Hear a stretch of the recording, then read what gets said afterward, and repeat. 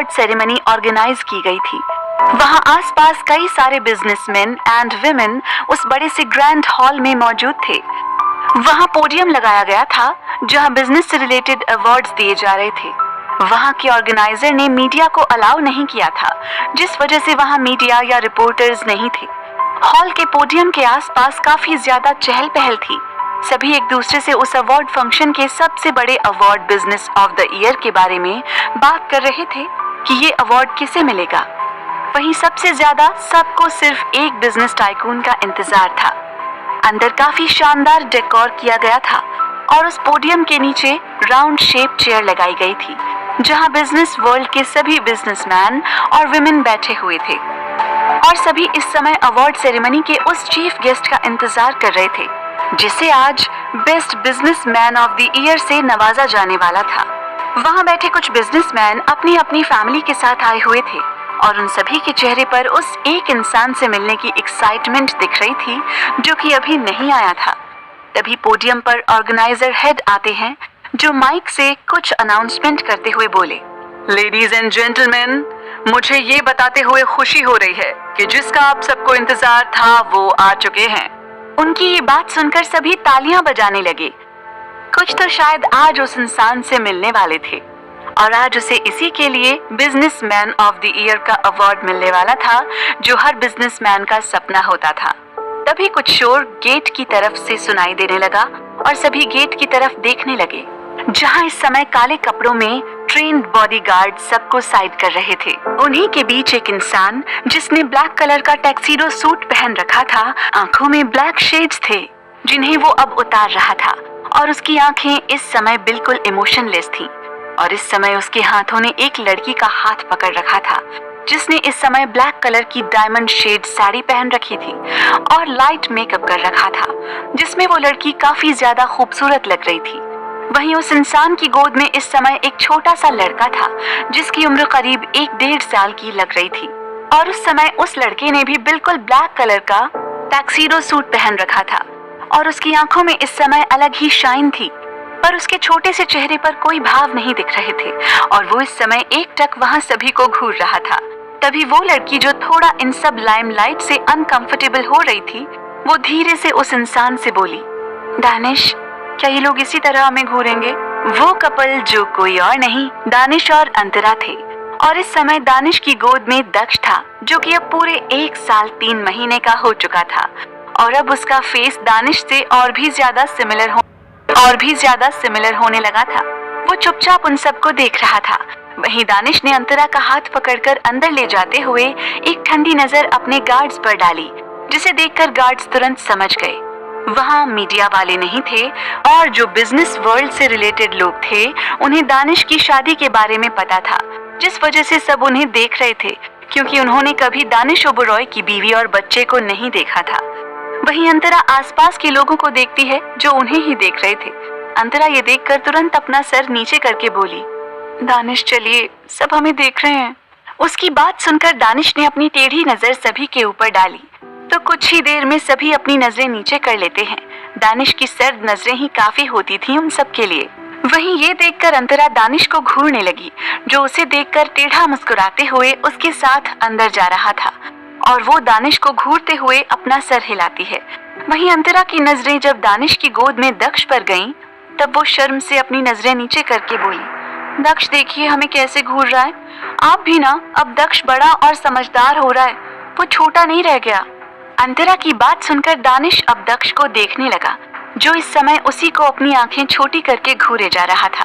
दानिश उसे देखकर कुछ आगे कहता कि तभी ऑर्गेनाइजर हेड पोडियम से माइक से सभी का ध्यान अपनी तरफ करते हैं, जिसे देखकर दानिश अपने वीआईपी सेक्शन वाले प्राइवेट रो में गया और राउंड टेबल की चेयर पर अंतरा को बैठाया और दक्ष जब अंतरा की गोद में जाने को हुआ, ये देखकर दानिश अपनी भौहें चढ़ाते हुए बोला, बहुत जल्दी रहती है तुम्हें मेरी वाइफ के करीब जाने की।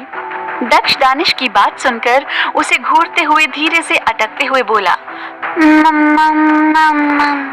दक्ष के कहने का साफ मतलब था कि अंतरा उसकी थी तो वो उसी के पास जाएगा।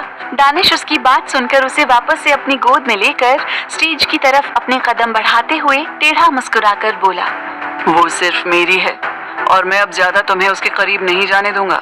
अंतरा दक्ष को दानिश के साथ ऐसे जाते देखकर वापस से लाचार होकर अपना सर हिलाते हुए बोली, ये दोनों बाप बेटे सच में एक जैसे हैं।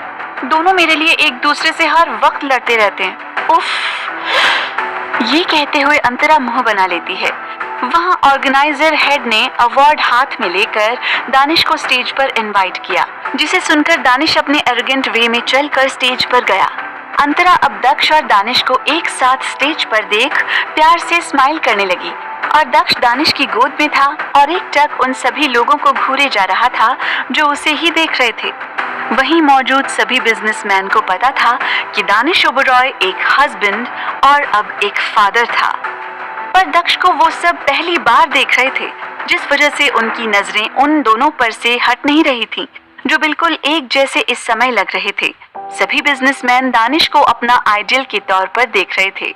वहीं दानिश वहां किसी पर भी अपनी नजरें नहीं डालता। फिर ऑर्गेनाइजर हेड दानिश को businessman of the year award देते हैं, जिसमें बिजनेस के कुछ एथिक्स का लोगो बना हुआ था। दानिश ने जब अवार्ड अपने हाथों में लिया तब वो सीधे अंतरा पर अपनी नजरें टिकाता है। वहीं अंतरा के चेहरे पर इस समय एक प्राउड स्माइल थी और वो दानिश के लिए बज रही तेज तेज तालियों को सुन रही थी।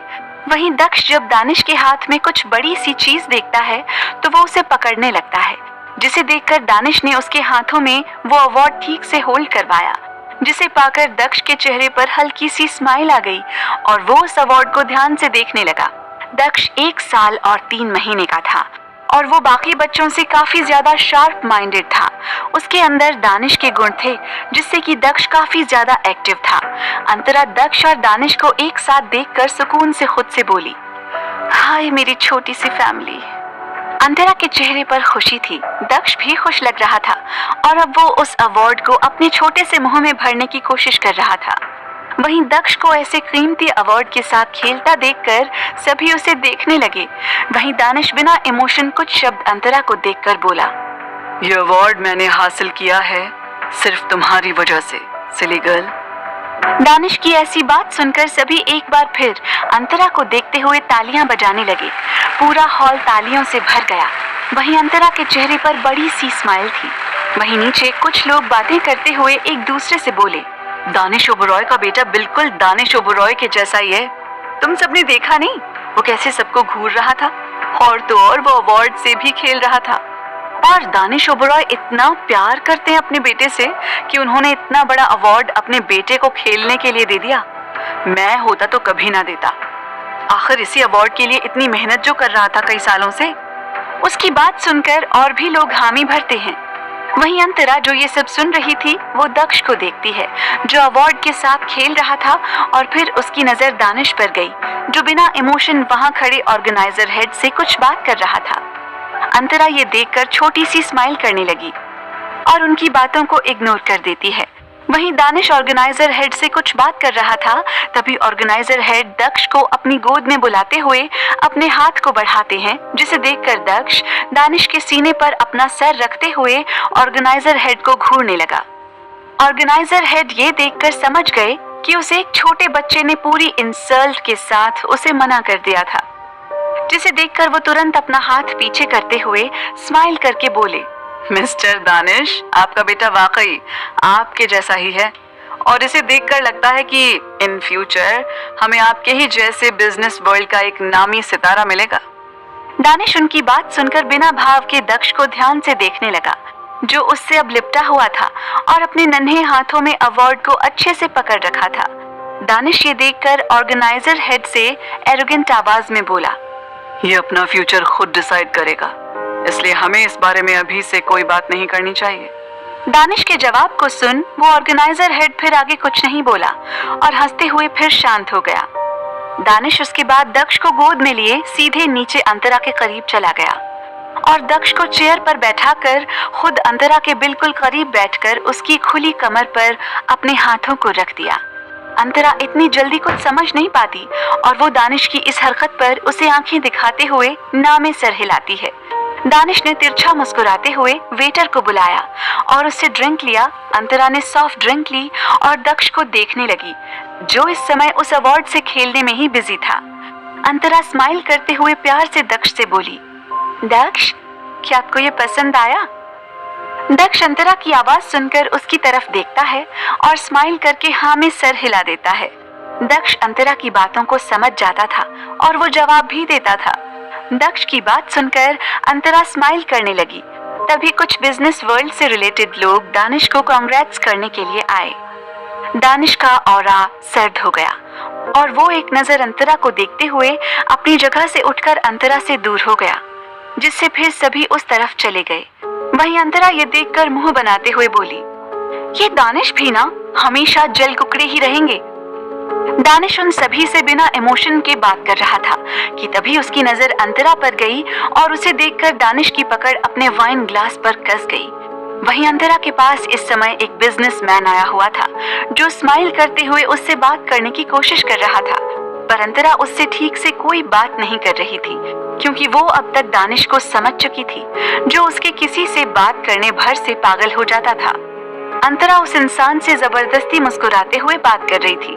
तभी दानिश उन सभी को पूरी तरह इग्नोर करके अपने कदम सीधे अंतरा की तरफ बढ़ाता है। उसकी आंखों में इस समय गुस्सा भर आया था। क्या करेगा दानिश? अंतरा कैसे शांत करेगी दानिश के गुस्से को? जानने के लिए सुनते रहिए वजह तुम